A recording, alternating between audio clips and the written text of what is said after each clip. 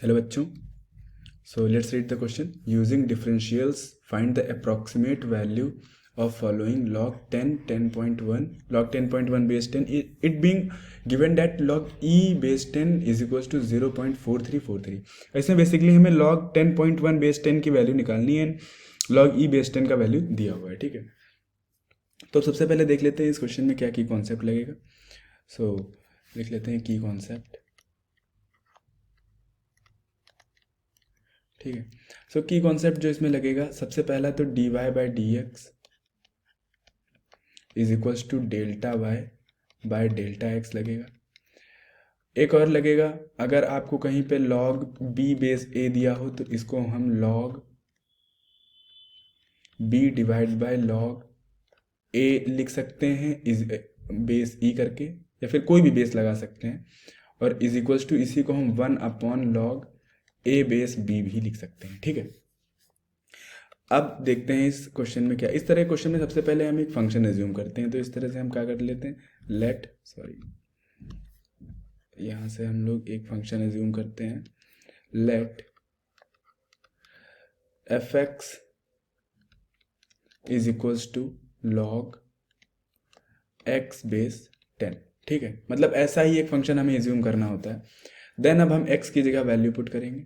So if x is equals to 10, then अगर हम x की जगह 10 रखेंगे तो y इज इक्वल्स टू क्या हो जाएगा, log 10 बेस 10 क्या होता है, 1 हो जाएगा।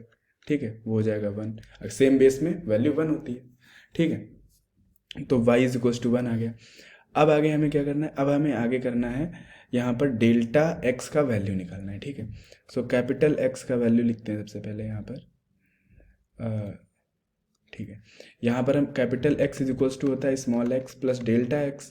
ठीक है, तो यहाँ पे स्मॉल x का वैल्यू हमें 10 हमने इधर लिया हुआ है। सो 10 और कैपिटल X का वैल्यू 10.1 है। ठीक है, 10.1, तो ये हो जाएगा 0.1। तो यहाँ से हमें पता चला कि डेल्टा x का वैल्यू जो है वो 0.1 हो गया। ठीक है, ये आ गया। अब यहाँ से हम dy बाई डी एक्स निकालेंगे। ठीक है, सो ये हो जाएगा हमारे पास dy by D X is equals to log d of log x base 10 divide by D X. अब इसका डायरेक्ट तो हमें डिफ्रेंशिएशन पता है नहीं, तो हम क्या करेंगे, log 10x को लिख लेंगे d of log x base e divide by log 10 base e dx। ठीक है, क्योंकि 10 बेस e जो है वो कांस्टेंट है तो बाहर आ जाएगा, और log x बेस e, और इसको हमने इस फॉर्मूले से जो है एक्सपेंड किया है। ठीक है, अब log x बेस e का फॉर्मूला होता है 1/x, तो ये आ जाएगा 1, और ये log 10 बेस e इस फॉर्मूले से हम इसको ऊपर ले लेंगे, तो ये हो जाएगा log e बेस 10 और डिवाइड बाई x, इसका जो डिफ्रेंशिएशन है वो x हो जाएगा। तो ये हमारे पास dy बाई डी एक्स का ये वैल्यू है।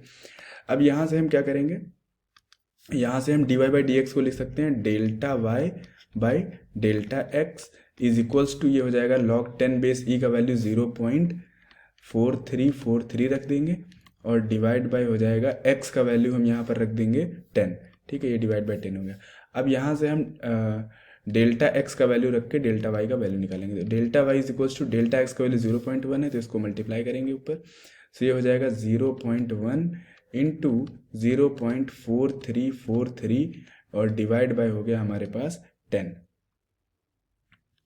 ठीक है, तो ये हमारे पास फाइनली आ जाएगा 0.04343 ये आ गया हमारे पास डेल्टा वाई का वैल्यू। अब यहाँ से हम निकालेंगे अप्रॉक्स वैल्यू। ठीक है, तो ये हो जाएगा हमारे पास अप्रॉक्स वैल्यू ऑफ, ये हो जाएगा log